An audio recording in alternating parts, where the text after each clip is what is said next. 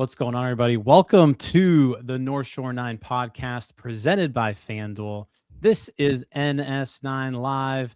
I'm Jim. Joining me tonight is Tyler. Donardo will be over here shortly as he just wrapped up the NS9 postgame show.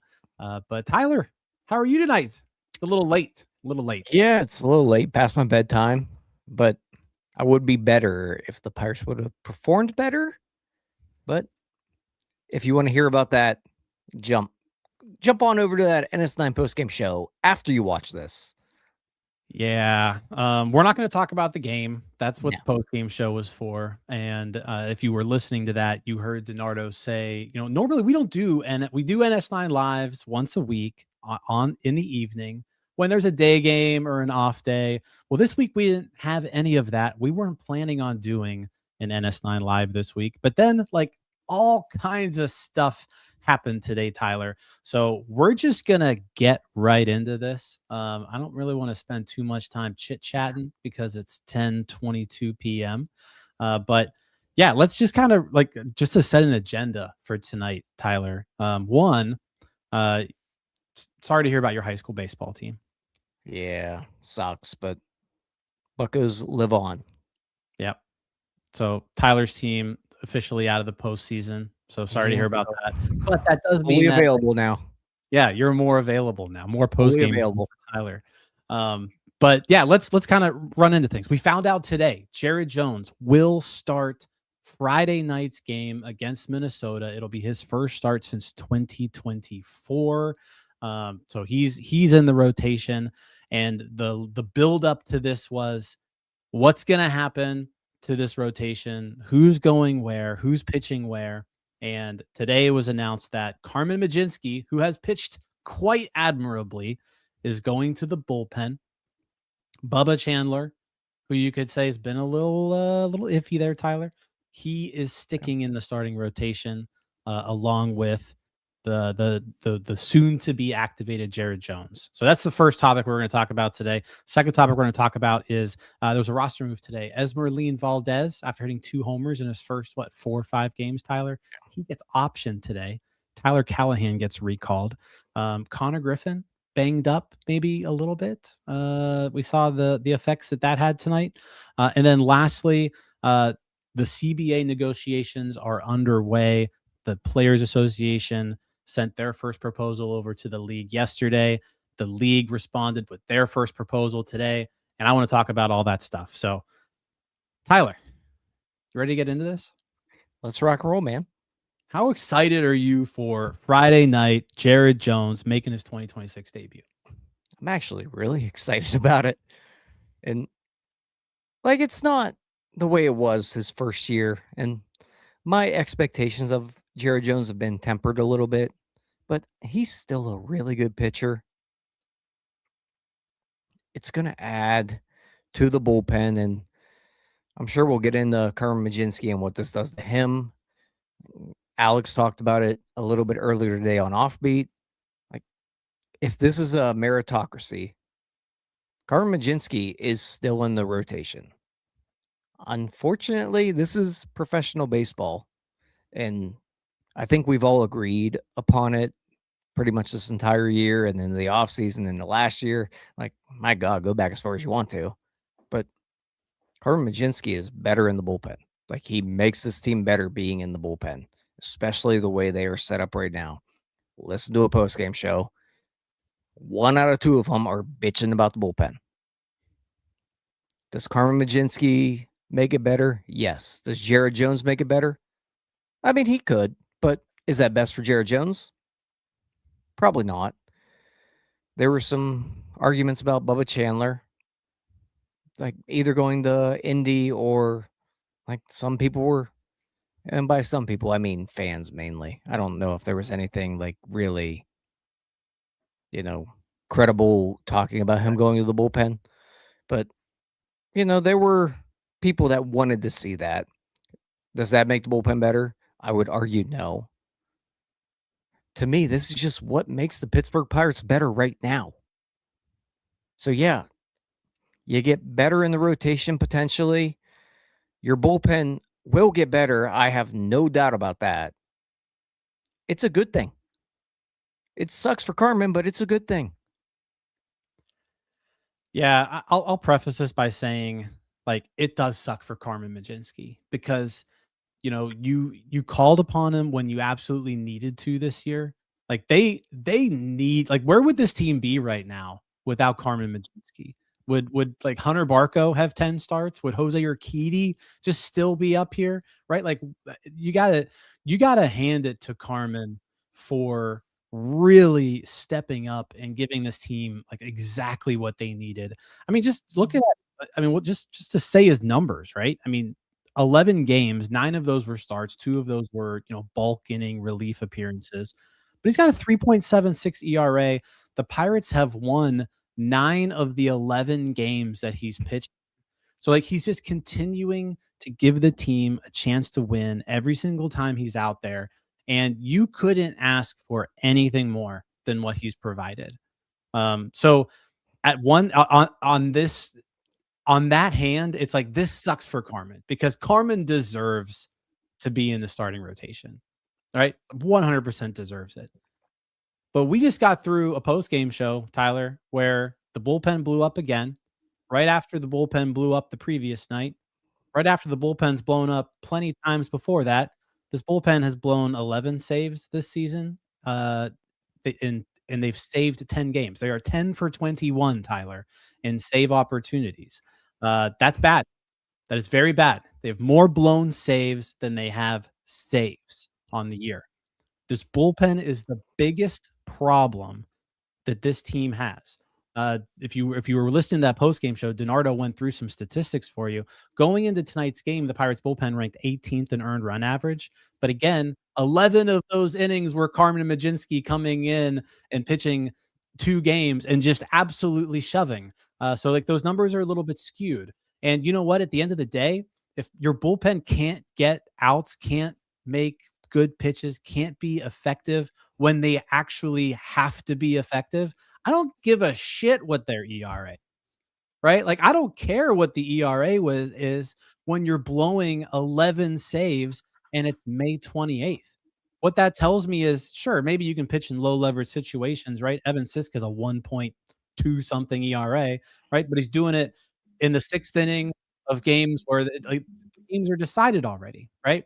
And you'll see the team go and do this. They'll pitch like 5 innings of relief with 1 given up, but it's a game that is decided already, one way or the other. When the bullpen is called upon to do a job, they're just not getting it done. And so it sucks for Carmen Mlodzinski. He's getting moved out of the starting rotation.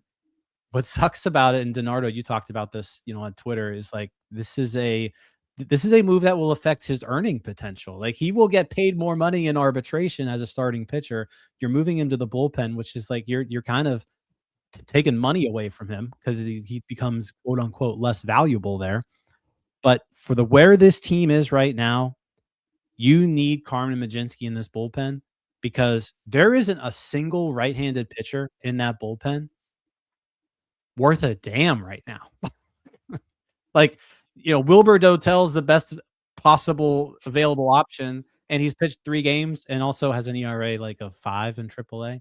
You just saw Brandon Benoit get blown up today. You've seen Santana get blown up. Like, this bullpen has a right-handed pitching problem. They need Carmen Mlodzinski, and they need him badly in that bullpen. So yeah, if I had to make this move, this is the move I would have made.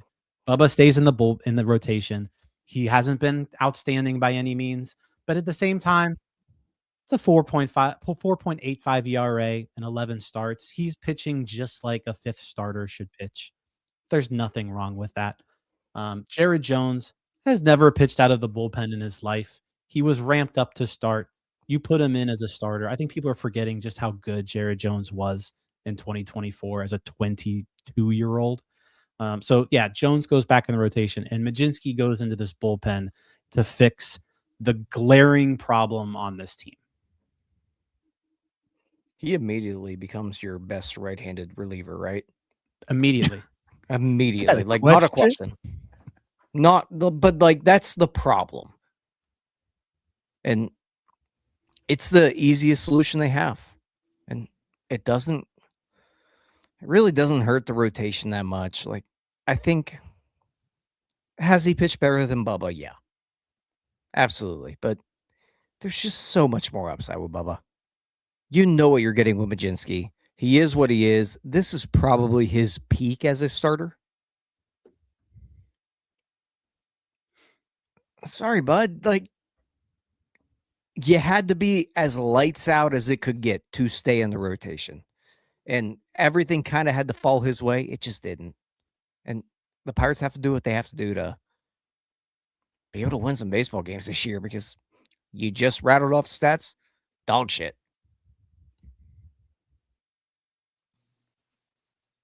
What's going on, Donardo? What's up, guys? Good to see you. Yeah, man. I mean, I know I came in late here. Just wrapped up the post game, so I was hearing you talk a little bit here, Jim, and I just want to say something, while I'm on air about this too, because I feel like people are coming at me a little bit on Twitter about this, and it's a situation where two things can be correct. A lot of times, that is a situation. Like there's not always a this way and that way is right and wrong. And hey, you know what?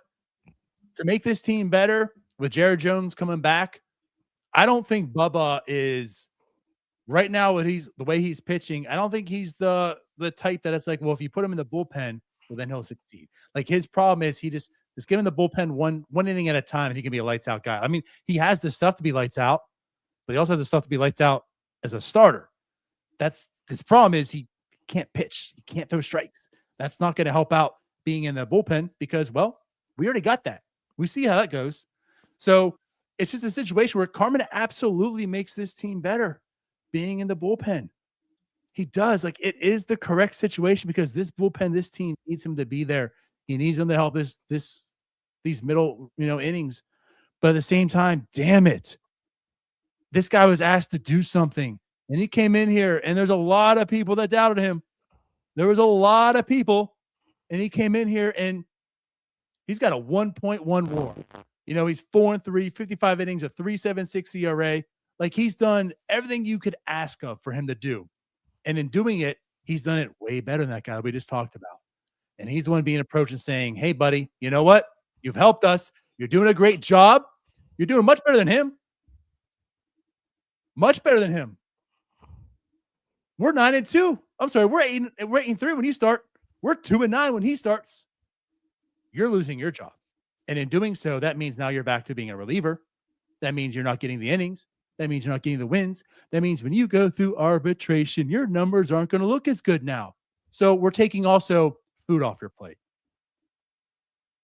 Again, that's where you can empathize, say, what the hell? Like, I just did all this, and I'm looking now and saying, I'm better than you, but I'm the one getting punished. I can feel for Carmen, and I do. He's been outstanding doing the role he's been put in to do. Unfortunately, there's a guy who didn't put together a good enough bullpen, and now he has to go in there and do the thing to help them out. That was long-winded. I'm sorry. No, I mean, I think we're kind of all in agreement here, which is, I guess, a little surprising. None of us are taking it. We actually all agree with the team for once. This is what I would have done, and I agree with everything that's been said. Like, it sucks for Carmen because, yeah, he's done absolutely everything you've asked him to do. It absolutely sucks, but it's like we need to do what's best for the team right now, and unfortunately, this isn't really a meritocracy. Because if it was, yeah, he'd still be in the rotation. Is he one of the top 5 starting pitchers right now? Yeah, probably. But we know that he can do another job really, really well. That is an issue this team has. And I don't know if it's enough to fix that issue, right? Because this bullpen has a problem right now. A big, gigantic problem. I don't know if Carmen Mlodzinski is going to fix it, but he is going to help it. Yeah, it's a major issue here. Major issue. But yeah, Bubba stays in the rotation. I don't think the option for Bubba would have been to go to the bullpen. Like, I think the option for Bubba would have been Are you staying in the rotation or are you going to AAA? Like, I think those were the two choices. And the issue with sending him to AAA is it still doesn't help out your bullpen, you know? So what are you going to do? Right. You're really just rearranging deck chairs at that point. Yeah. And that one puts him out here. And actually, Blue Pit of Blast, you follow him on Twitter. He kind of jumped off my tweet and started saying things. And like what he said makes a lot of sense too. And I want to kind of reiterate what he said because I agree. It's like, the thing about Bubba is Bubba giving up 4 and 5. Like, that's not good. That's why his ERA is the way it is. But getting up 4 and 5, your team can still play and win. Like, you still have a chance. Like, Bubba left that outing yesterday and he gave up 4 runs in 5 innings. Like, that's not good. But it's still a 4-4 ball game. Like this team has a good enough offense that it still can compete. Giving up 4 in 1 inning, that's not going to lead to winning ball game. And that's kind of the problem, So it's like it's unfortunate, but you can live with Bubba as potentially like your 5th starter. Jared comes in. And the thing is, we don't know what Jared's going to be either yet. We do think he probably can be good, but there's still uncertainty with him. But regardless, like, you can live with Bubba being your 5th starter. You can't live with this bullpen. Nope. Yeah, I agree. So there is going to have to be a roster move that happens tomorrow as well. Not only does a 26-man spot need to be opened up, but a 40-man spot needs to be opened up too. What's our guess? What's our guess here? What's happening tomorrow? Who's the corresponding move for Jared Jones? That's a good question. Got a dart? Yeah. I mean, it's not like it used to be. Anyone who wears a glove on his left hand, I'm throwing it at one of them. I think you have 2 options.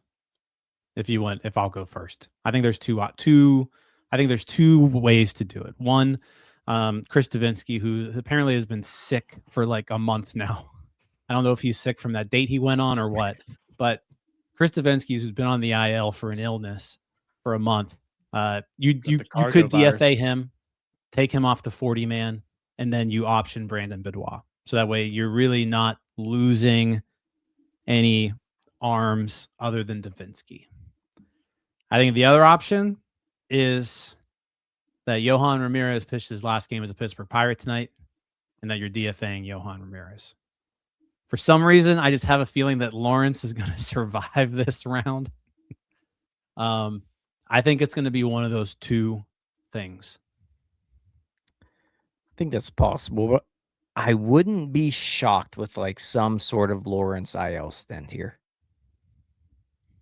Wouldn't be shocked with an IL stint, but I would agree.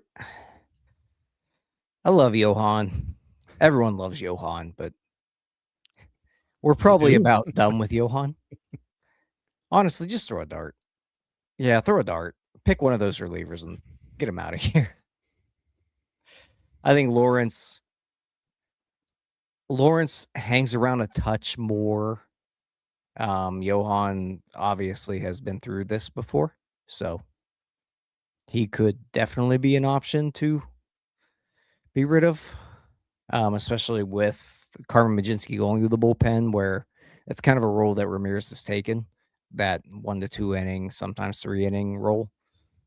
He could be the guy, but you know what? I think it might actually be Yohan now that I talk it through. I think Yohan might be that answer. DiNardo, who's it going to be? Tough. I'll say this. The one thing I do know is whoever it is, there's going to be a lot of fans pissed off of who it wasn't. I agree. Yeah. Like, there's so many people it could be that, like, whoever it isn't, there's like, if it's Lawrence, you know what? I think if it's Lawrence, you're not going to have too many people who are upset. If it's Ramirez, you're going to have people upset that it wasn't Lawrence. Someone paid us $5 last night that I forgot to read and read it today about how bad Yohan is. So I do believe, even if it's Lawrence, there'll be a lot of people pissed off that it's not Ramirez. I guess, I don't know. I don't know because, like, Johan he's come up big moments early on. It's been bad. He has 7 hit batters as a reliever right now. Like he can't throw strikes. He's looking like the thing was early on. At least he looked like, hey, maybe he's a little bit better. Maybe there's something here. It went away very quickly, and he's looking like the older Maris who's been DFA'd 18,000 times or maybe 64,000 times. I don't know, but. Lawrence just he has sick stuff, but it's the same thing with him. I mean, how many times has he hit a batter or come close to it or wild pitch? Like they have so many problems. I don't know. I guess to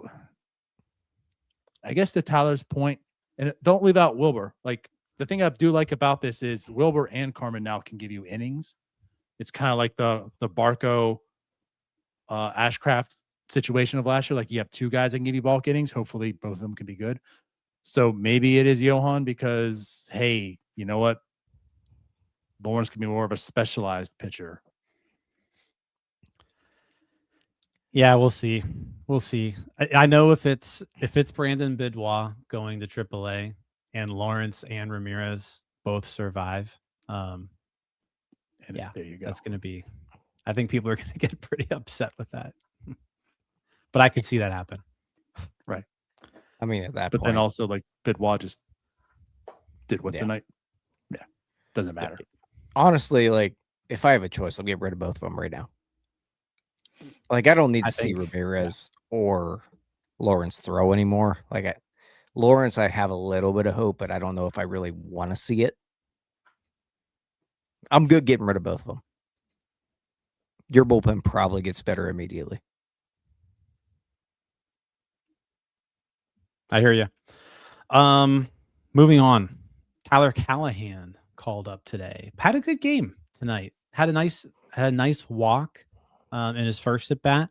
RBI double in his second at bat. Defense wasn't good. He did cost the Pirates a run, at least 1, maybe 2. But Callihan gets called up, and our boy Esmerlyn Valdez gets called down. What's your guys' read on this? Did this surprise you in any way? I would say it surprised me just because Valdez going down. We'll see what happens with Konnor Griffin. A little bit concerned about that, but I was a little bit surprised that it was Valdez going down there. And also, I don't really know why we need to see Tyler Callihan play any Major League Baseball ever in our lifetime. Like, I don't care if he had a good game today or hit the ball decently well. I do not need to see this guy play Major League Baseball ever. Ever. Ever. Well, I guess my rebuttal is, if you're down a shortstop and your only remaining shortstop is also not a shortstop, and your second baseman aren't really second baseman. No, I'll give Lau. Lau's played excellent. But what middle infielder are you calling up? If it ain't Callihan. I probably would have gotten one about 6 months ago. That's fair. Well, he's acquired 1,000 of them. No, they're second baseman. At any rate, I'll say this. Yeah, that's my Callihan take, because it's going to have to be him. But him coming up did worry me, because like you sending down Esmerlyn to call him up. I mean, like, it's not like the magician has a great batting average. I mean, it's limited at bats, but he's looked good up there. He's hit 2 home runs already. You know, one was very, very deep at the warning track. You know, that one center field almost, went out too. Like, he's looked good. He's made good defensive plays also, by the way, guys. And he's immediately going down. That almost tells me desperation, like, oh crap, we need somebody up here now. Which doesn't bode well for Konnor news. So yeah, like I'm very nervous him being out, and right away Callihan's up and Valdez is down. Yeah, I mean, Callihan is what he is. He's just like, I mean, he's a left-handed Nick York, for kind of what I'm thinking. he can't play shortstop, right? He's going to play third. He's going to play second. He can play corner outfield. So he's a little bit versatile there. But yeah, I think he's your standard replacement player guy who's a bench bat. I don't know how much value he's going to add, but he can at least play a few places. Yeah, I think sending Valdez down, again, going back to the meritocracy talking point, like if you have too many outfielders on this team right now, why isn't Mangum the one to go? Jake Mangum's been pretty bad. And I am a fan of Jake Mangum, but he's been pretty bad for someone who was supposed to be really good defensively and really good on the bases and someone who just puts the ball in play and doesn't strike out. He hasn't been any of those three things, really. So, like, why wasn't he the one sent down? And you give Valdez and Garcia more looks up here. I think at the end of the day, they kind of wanted to pick one of the two between Valdez and Garcia, and they picked Garcia because of the ability to play center field. That's my guess as to why this happened. And yeah, I mean, it seems like they needed an infielder with Konnor Griffin apparently being available tonight, but also day to day with forearm tightness. I know there was a lot of hoopla today about that, but I'm cautiously optimistic there, which I think I think it's gonna be okay. I feel like if it was worse than that, they would have worded things a little different today. So we'll see. We'll see what the update is there. Yeah, and it's probably a little bit to do with wanting to give Valdez everyday at bats. Like, at this point, they probably weren't going to be able to do so. I mean, let's be honest. They probably could have. Like, if we're being honest, like Jake Mangum doesn't need everyday at bats. But in like a attrition type of deal, you want to keep as many guys available as you can. You keep Jake Mangum up here, and no, I don't agree with it. I don't know. I'm trying to sort it out in my brain. I don't agree with it. I think it's stupid. Jake Mangum shouldn't be up here anymore. He hasn't done anything worth a shit. I got nothing for you. I have no reason for why he's still here. He should be in AAA. He's not touching the ball and running. And that's just the thing. Like, he's not doing the thing that he's not going to be a great player, but he, again, like for a fourth outfielder, he can have value, and also the value in playing center field. But if you're keeping Garcia up here, who else can play center field, like you have that. Like, you're not forced to keep Bingham here because he can play center field, because your decision of keeping Garcia up here, well, he fits that mold also. So I think this team, again, the team that's starving for lefties, and again, if Carmen, if Konnor is out for any extended period of time, that's one of your guys that you're looking and, holding accountable to help you out versus lefties. If he's out, and now Esmerlyn, also a guy who potentially could help you with lefties, that's about here. Like, that's two guys. This lineup against lefties is going to be really, really bad. Like, really, really, really, really bad. By the way, it is bad already. So it's going to get worse. That's my thought about the whole Esmerlyn thing. Like I don't think Callihan's helping it. So Connor's out. Esmerlyn could be an answer to it. Again, it's early. We don't really know, but so far he's been helping. Yeah, this lefty lineup is going to be very, very bad without Valdez and Konnor Griffin in it. Yeah, I can't get there. I can't get there. Like, they're not going to face a righty, I don't think, this weekend, or a lefty, I should say. I think they got 3 righties in a row, but still. Jake Mangum can't hit either hand. And unfortunately, he doesn't get to face the Pirates bullpen, so it's not going to help. I'm going to pause this conversation real quick and just go back to our original topic, because I do want to talk about this. Carmen Mlodzinski's post-game comments. Are you seeing that now? Have we seen those? I was just kind of reading those. So they asked Carmen Mlodzinski about this, and his quote was, he's excited to have Jared back, but honestly, I'm just still communicating with the organization, the people in my corner, whether that's my family and my agency, about what's next. And I really don't have any comments after that. When asked what challenges are going to be given to him about going back to the role, he said, honestly, not right now. How proud are you of what you've done as a starter? I'm proud of the work we've been able to do. And then he was asked, it sounds like this is happening because they know that you can be in the bullpen. And he said, I can't say that it was delivered like that. Yeah, so he seems pretty upset. Does this change your day-to-day routine at all? Still not sure on that yet, honestly. So, yeah, Carmen sounds pissed. Telling you. And I'm asking all of you, does he have a right to be? Yeah, he does. Is it the popular way to go about it? Is it the fan-friendly way to go about it? Sure, of course not. But we're all humans. Why am I getting demoted? Why am I getting punished? I've been working my ass off. I've been kicking ass. And now I'm being punished. Now, with that said, like, this is a team, it's a clubhouse. So I know.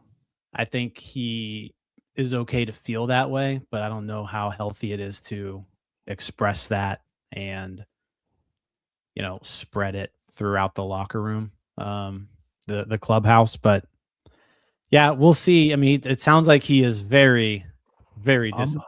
I'm honed in though on what he said though, was that's not the way it was delivered to me. That's what I said in one of my tweets too, is like, I don't want to be the one person that's telling him, but at the same time, like, these are humans. This is relationships, interpersonal skills. Like, this is where being a good manager comes in. Like, the X's and O's, you can talk all day long. Tyler, I know, I myself, like, this is where you make your money as a manager. This is where Don Kelly needs to step up and fulfill his duties. I'm more honed in on that part. So the fact that he brought up that he's communicating with his agency about what's next, like, bringing that into all of this right now is, the Pirates might have a new reliever. Yeah, that's via trade. That's just quickly here, and I understand both of your guys' perspectives on it, and I agreed that, like, based on what they've done to this point, Carmen Mlodzinski deserves to be in the rotation. Carmen Mlodzinski's got to quit being a freaking baby. 2 years ago, he whined up and down about wanting to be a starter. They gave him the opportunity. He sucked. Went to the minors. Sucked. Didn't want to be a reliever. They give him another opportunity. He's been fine. Just fine. He needed an opener twice because he's not a starter. Stop being a little bitch. I'm sorry, but, like, suck it up, dude. You're a reliever. You're not good. You were moved out of you were moved away from being a starting pitcher in the minors for a reason. You couldn't get minor leaguers out as a starter. Yes, you've grown and gotten better. I understand that. Stop whining about it. I get it. You have performed better than Bubba Chandler. That's not that big of an accomplishment. He is more talented than you. Get the hell over it. Don. Go be a reliever. Deal with it. Don. Yes, sir. 8-3. What are you talking about? What are you talking about? How many games did Luke Do you want on the mound last year? I don't care. 8-3. 8-3. I'm good for him. Saving your ass. I'm saving Ben's ass. Because the guy that you're keeping is 2-9. Do you want to have a job next year or not? Carmen Mlodzinski is not the reason they're 8-3. 8-3 when I start. Oh, you want to keep this guy as 2-9? Fine. It's your ass. Yeah, he's significantly more talented. Okay. What wins? Talent or performance? Go try to be a starter anywhere else. They're going to move your ass to the bullpen. You know what? I think I will. I'm going to talk to my agent. Thanks for If he wants to continue to whine and complain, get rid of him. And like, I don't want to overblow it that much. And I already did, but like, still, it's probably the day or the day after he got told he was moving to the bullpen. Like, you're going to be a little emotional, but like, deal with it, dude. Get over it. Shut your mouth. Just shut your mouth. Yeah, like I think it's perfectly fine to feel that way. Expressing that in the clubhouse to the media seems like a bad move. Yes. But again, I'm just throwing this out there. Like, we don't know what was said behind closed doors. I mean, that's true. We don't know how it was said to him. Yeah. Oh, this is how it's going to be. Well, then guess what? That's because it could be leaving that and saying, you know what? I'm buying in. Like, me and Donnie, we met each other. You know what I mean? Like, I understand him. He understands me. We'll go for the other team. Ben, whoever was involved in that conversation. The fact that he is doing this does make me wonder what happened during that meeting, that he's comfortable and okay saying this amongst his teammates in that clubhouse right away. Based upon I'm not saying that it had to be bad, but I'm very history. I'm going to guess this is more of a Carmen Mlodzinski issue.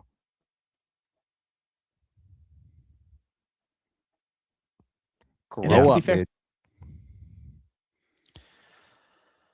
All right. Well, I want to talk about the CBA a little bit. So let's throw it over to Cody real quick.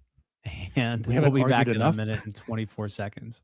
This episode is brought to you by IQ Bar, our exclusive snack hydration sponsor. IQ Bar protein bars, IQ Mix hydration mixes, and IQ Joe mushroom coffees are the delicious, low-sugar, brain and body fuel you need to win your day. The Ultimate Sampler Pack is a great way for you to try all IQ Bar products and flavors. You get 9 IQ bars, 8 IQ Mix sticks, and 4 IQ Joe sticks. All IQ Bar products are clean label certified and entirely free from gluten, dairy, soy, GMOs, and artificial ingredients. With over 20,000 5-star reviews and counting, more people than ever are fueling their lifestyles with IQ Bar's brain and body boosting bars, hydration mixes, and mushroom coffees. The Ultimate Sampler Pack includes all 3. My personal favorites so far have been the almond butter chip and the iced tea lemonade hydration mix. It's just really full of flavor. I love starting my day with it, and I couldn't imagine starting my day with anything else other than IQ Bar products. Right now, IQ Bar is offering our podcast listeners 20% off all IQ Bar products, including the Ultimate Sampler Pack, plus free shipping. To get your 20% off, text MLB to 64,000. That's MLB 64000. Message and data rates may apply. See terms for details. All right, guys. The current CBA expires in December. Yesterday, the Players Association sent over their first formal proposal in the CBA negotiations, and just some highlights of it. They said that the competitive balance tax threshold, so the luxury tax threshold, should be raised from $244 million, where it is today, to $300 million, allowing teams like the Dodgers and the Yankees to spend $56 million more than they are now before they hit the luxury tax threshold. They're also proposing doubling the minimum salaries of players. Among other things, that luxury tax threshold, they have it also increasing every year after this year. It goes all the way up to $360 million in 2031. They also propose that if you reach 5 years of service time, when you're 30 or older, you get to hit free agency as opposed to that 6th year. The minimum salary not only does it double next year, but they're proposing that it goes all the way up to $2.2 million, which is essentially tripling the minimum salary in 2031. They want to remove any sort of they want to remove the qualifying offer. They also want to remove any sort of penalties you need to pay to sign qualifying players. So yeah, those are just a few things. Oh, expanding the pre-arbitration bonus pool, which is set at $50 million right now. They want to raise it to $180 million. Expanding the draft lottery, also raising arbitration pays, guaranteeing guaranteeing raises in that arbitration, certain percentages of that. So I don't know if you guys have had a chance to look this over much, but I feel like at some point we're going to have Ethan on to kind of really go into detail with this about us. But what were your first thoughts when you saw this proposal from the Players Association yesterday?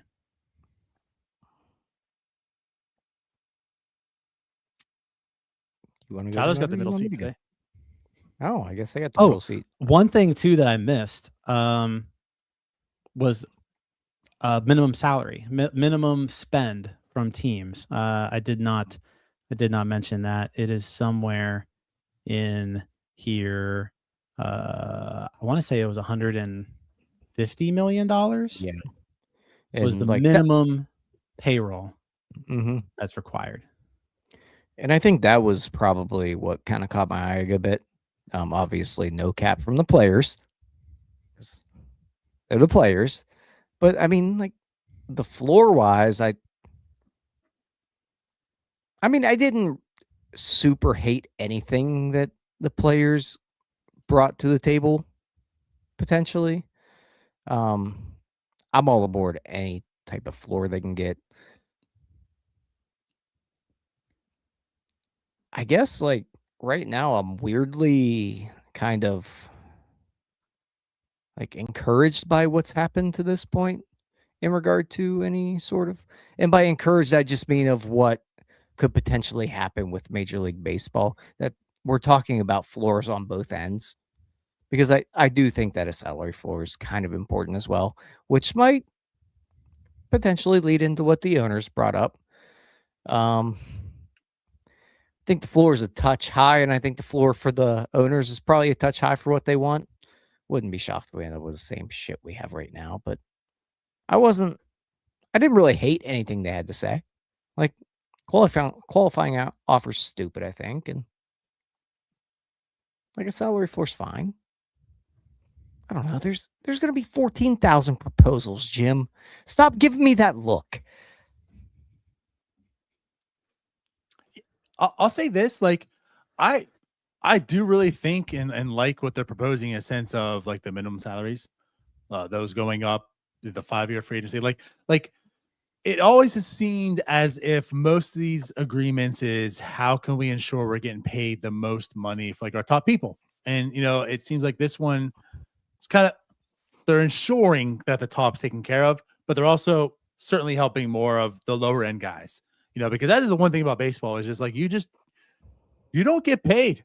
You just don't. I mean, the NFL, you come in now, they've structured the contracts for before it was whatever you want. You know what I mean? But like you come in, you're making a few $1 million a year at least, you know, at the very least for a lot of these guys. But like baseball, you come in and it's like, all right, kid, here's $750,000 for 3 years in a row.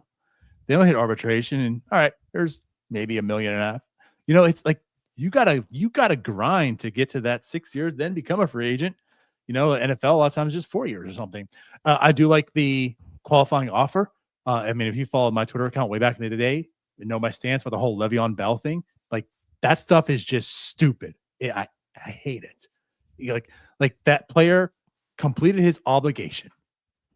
Let him go. And you're saying, nope, we're keeping you here. And if you get injured, you don't get a payday now. You know what I mean? So like I get it for the team, but there's no incentive for the player for this qualifying offers. Now, of course, they can reject them, but still, like we're In NFL, you announce it and they got to take it more or less. So like that's fine. Like I like how they're doing things to naturally move the floor up, as I guess what I'm alluding to. Like you're getting some of the younger players taken care of, but in doing so, you're naturally helping the floor get up there because all the low contracts aren't as low anymore. So, you're going to pay a little bit more here. For the MLB side, I was shocked that they started at like the 170 floor. Yeah. That was the biggest shocker to me in all of this. And then it came out as like, I kind of felt like, yeah, that looks about what I expected from each. I don't think they're particularly close, but I was shocked on the floor side for baseball. This offer from the Players Association is not rooted in reality in any way. No, it's an absolute joke, guys. It's an absolute joke. They're saying that the floor, right, has to be $150 million. And then in order to do that, they're going to make sure that every team has $240 million in revenue.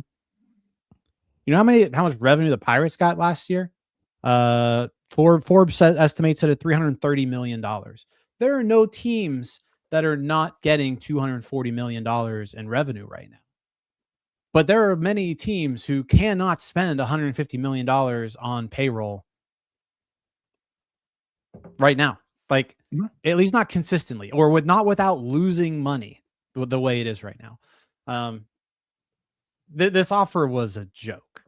It was a complete joke. You can't, and I get it. It's the first offer. You asked for the moon, right? Raising that luxury tax threshold just is all that's doing is widening the gap even farther between teams like the Pirates and teams like the Dodgers. You're going to allow the Dodgers to spend $60 million more, right? And you're going to force the Pirates to spend 10 more million because this is CBT. I think this is CBT revenue, and the Pirates are like right at 140 right now. So you're forcing the Pirates to spend like $10 more million. Like this is completely absurd. It's just going to widen the gap between the two sides. This doesn't do anybody any good, except for the players. Obviously, they're getting paid substantially more with this offer, but this isn't something that's rooted. The Major League Baseball put their first proposal out today, and you alluded to it, DiNardo. But for the first time since 1994, Major League Baseball is officially proposing a hard salary cap. It's a $245.3 million salary cap, $171.2 million floor. This would obviously create more revenue sharing. It would be a 50-50 split of league revenue with the players. So the players would get 50% of the revenue that the league brings in, which that's how they came up with those numbers, essentially. It also includes like a Larry Bird role that exists in the NBA, where you're sort of incentivized to keep and sign your homegrown talent.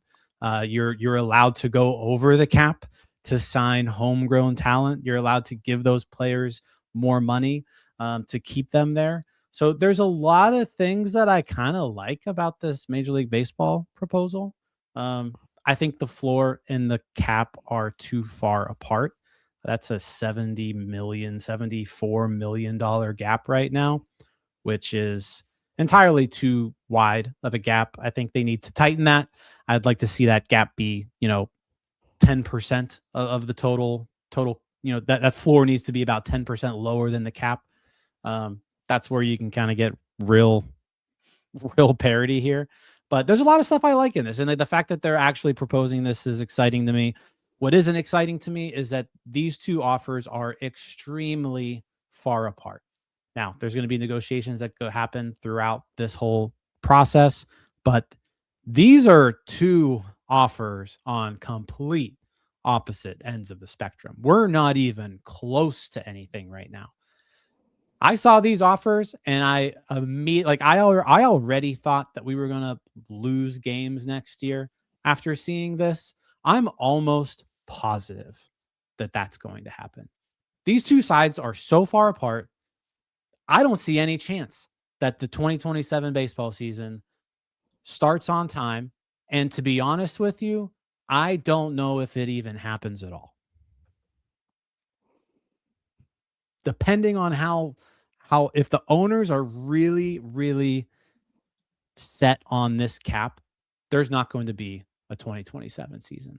It's not going. It will not exist. I mean, that's what I think the real problem is, though, is the cap. One side's very adamant about one thing. The other side's very adamant about the other thing. And they're just going to battle until one side wins.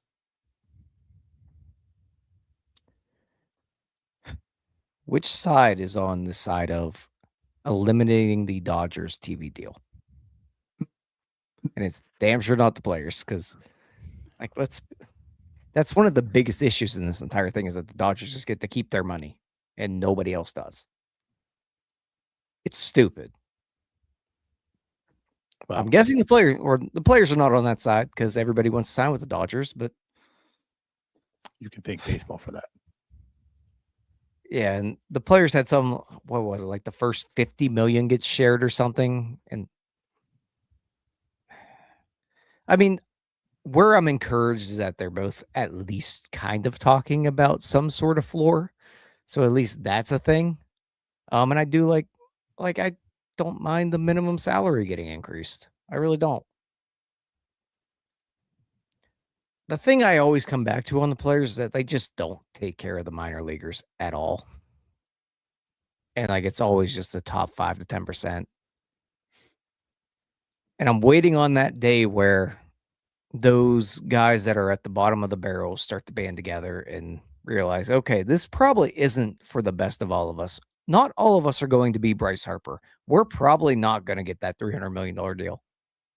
Making 1.5 opposed to like 700, like, yeah, that makes sense. But don't you think this is progress for that? So that's why I just want to interject here and ask you. Like, let's have that conversation, because that is what I do think this does. That, like, even the last one with the bonuses, like, it's just 50 million. I get it, but like, hey, you know what? Let's kick some money to these guys. They're not getting a whole lot of money right now, and they're asking to double and then triple the minimum salaries. So there is some of that in here. So again, that's why I do say on the player side, like that, I do like that. And there are some very understandable things on the player side. Like, yes, the Pittsburgh Pirates for the last 5-6 years should have spent more money. They should not have been allowed to do what they do. So like, I get that side of it. But when you have the Dodgers who can just rake in as much money as they want and just hang out on their own little island, at some point you just want to throw your hands up and say, screw it. What's it matter?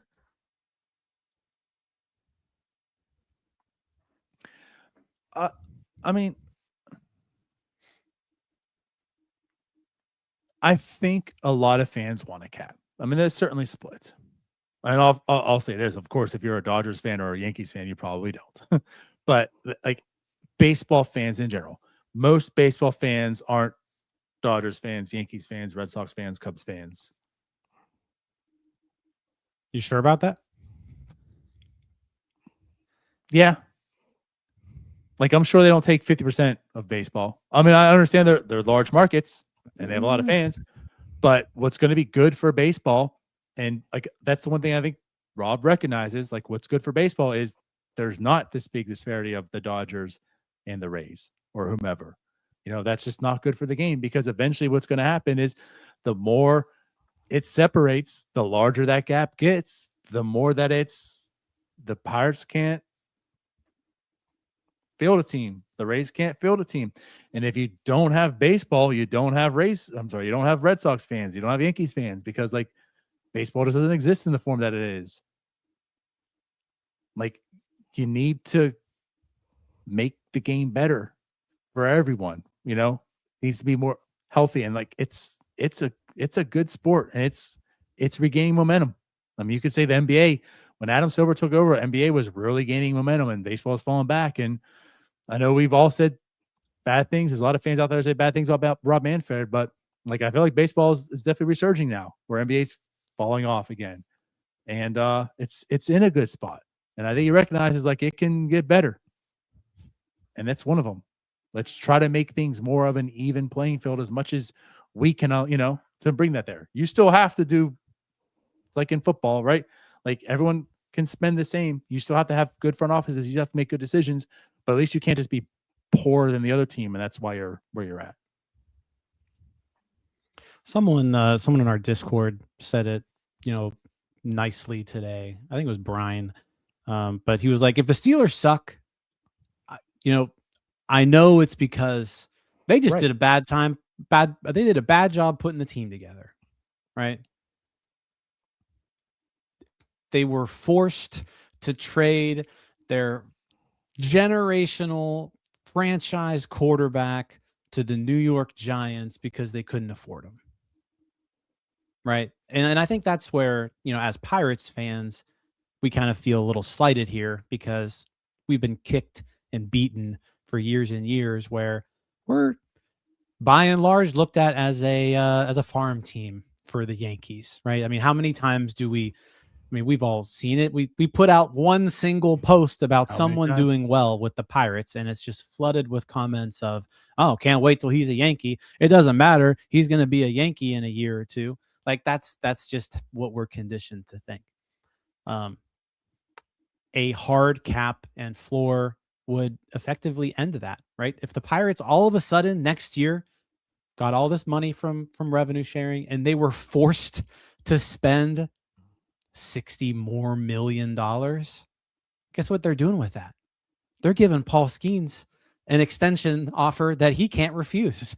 They're going out there like all of a sudden there's like hope. You have hope. Now I'm going to push back a little bit. I'm going to agree with Ethan in the comments here. I don't think Major League Baseball fans in general want a salary cap. I don't think they do. I think the media has done a really good job over the last few years kind of putting out this idea that a cap is bad. The PR that the agents and the Players Association have done about this issue has been very good. In Pittsburgh, yeah, we want a cap. Atlanta, they don't want a cap. Atlanta doesn't want a cap. You think Atlanta fans want to spend less money? You think Atlanta fans are going to be like, oh, crap, yeah, we're going to have to spend less money now because of this. We're not going to be able to keep Matt Olson, right? Like they're going to have to they're going to lose players. I don't think we realize that. Like if this goes into effect, the teams who are spending more money have two options.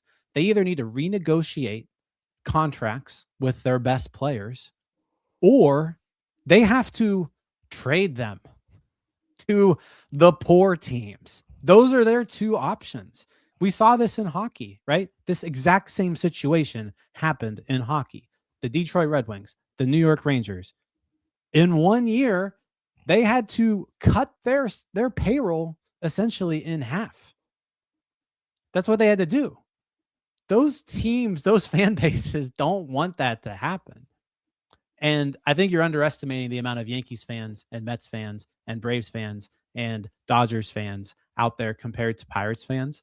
I think we're in the minority here that we want this. The majority of fans, I don't think, want this. Let me ask this, and this is probably why Ethan coming on would make a lot of sense. And I say this from a place of ignorance. I'm not a hockey fan. I know what happened. I don't know how it happened. I don't know like afterwards. My impression of this also was like it was going to be a tiered system. Is that also not the case? Like some like contracts are grandfathered in, if that makes sense. Like it's not as of hey, from day one you got to find a way to get under this cap.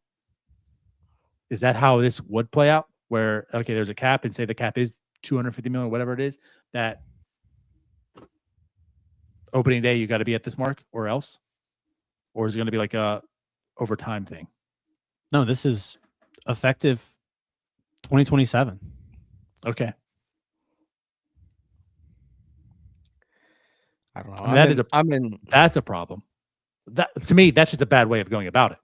Yeah, I would agree with that, because that's a lot of things that would have to happen, and a lot of teams would have to make we're at a point in Major League Baseball where there's too much of a discrepancy where you can't just make that change overnight. But I mean, I'm in the middle of Pittsburgh and Cleveland. Like, both fan bases want a cap where I'm at, so I'm probably in an echo chamber. By the way, Ethan does say that Jesse Rogers mentioned phasing this in. So maybe it's not like an overnight thing in terms of certain contracts. I think more people want a cap than you guys think. And I think a lot of that has to do with the Dodgers just continuing to widen the gap. But maybe I'm wrong. Funny. And I'm not saying like the fan base is wrong. Like I'm not trying to discredit the fans' feelings. If I'm a Dodgers fan, I wouldn't want it either. But what I do think is funny is I don't think the Dodgers are going to start failing now. like also those teams that have money tend to also invest it into themselves, which I mean by that is like their front office, their scouts, they're like what good teams do. I think like most the Angels fans would be pissed because now they don't even have the money to help them out. But like Dodgers fans, you're still going to be good. There's nothing to worry about, like Yankees fans, you're still going to be good. Dude, Red Sox Dodgers fans are going to be rooting for whoever's winning next year because none of them are real Dodgers fans. True. They just started watching them 3 years ago. Yeah. But I just want to add that there. Like, you guys have good support around you. Like, you have what it takes to be the good teams in the NFL. Like, as Tyler was talking about. Like, you're not the Browns.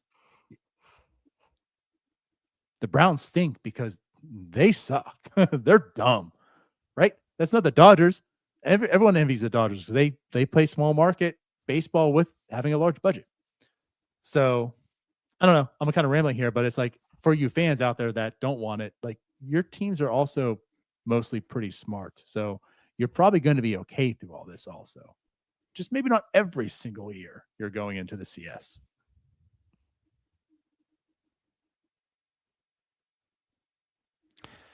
When we started this episode, I said we'd keep it quick. Yeah.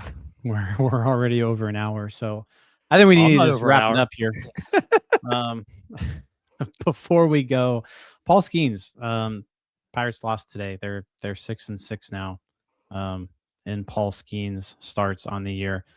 He's now the third favorite in the NL Cy Young Award, by the way, on FanDuel, plus 460. He's behind Christopher Sanchez, who's just pitching on a whole other level right now, and Jacob Mizorowski of the Brewers. So, boo. I don't know. We'll see how it goes. But right now, pretty good value on a Paul Skeens Cy Young Award futures bet.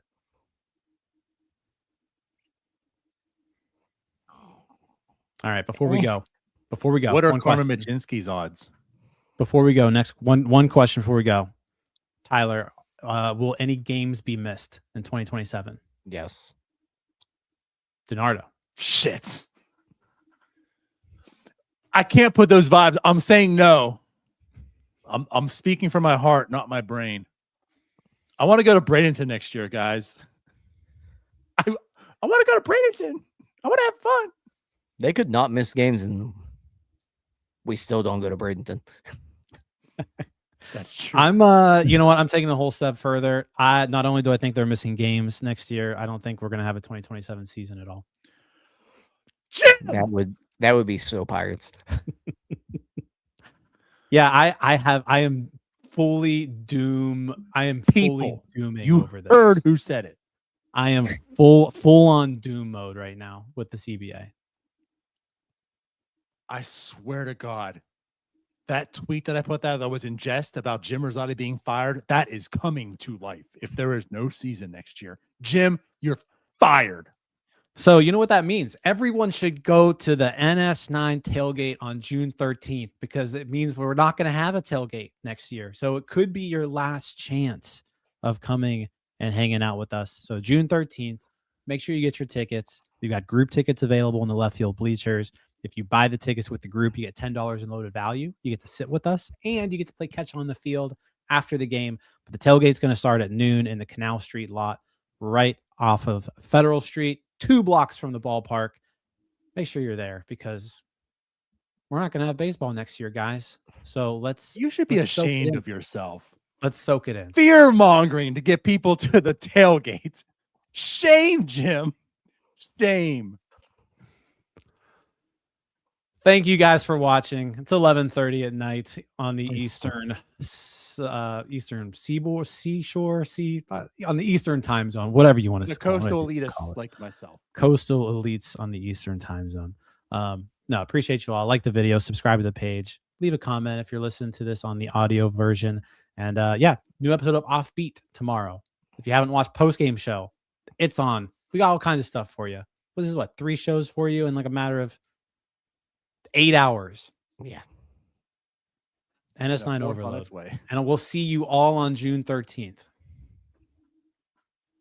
See you guys. Peace out, Girl Scouts. Bye-bye. All right, that wraps up this episode of North Shore 9. Thanks so much for tuning in, whether you're listening on the podcast or catching us on YouTube. If you enjoyed the show, please give this video a thumbs up, and don't forget to hit that subscribe button if you haven't already. It really helps us grow. And if you're listening on the podcast, a quick review goes a long way in helping others find the show. Plus, be sure to tell a friend about us. There's always room for more here in the NS9 community. And for those looking to support us a little more, consider joining our Patreon, become an MVP member, and get exclusive perks while helping us continue to bring you more of the Pirates content you love. Thanks again for all your support, and let's go Bucks.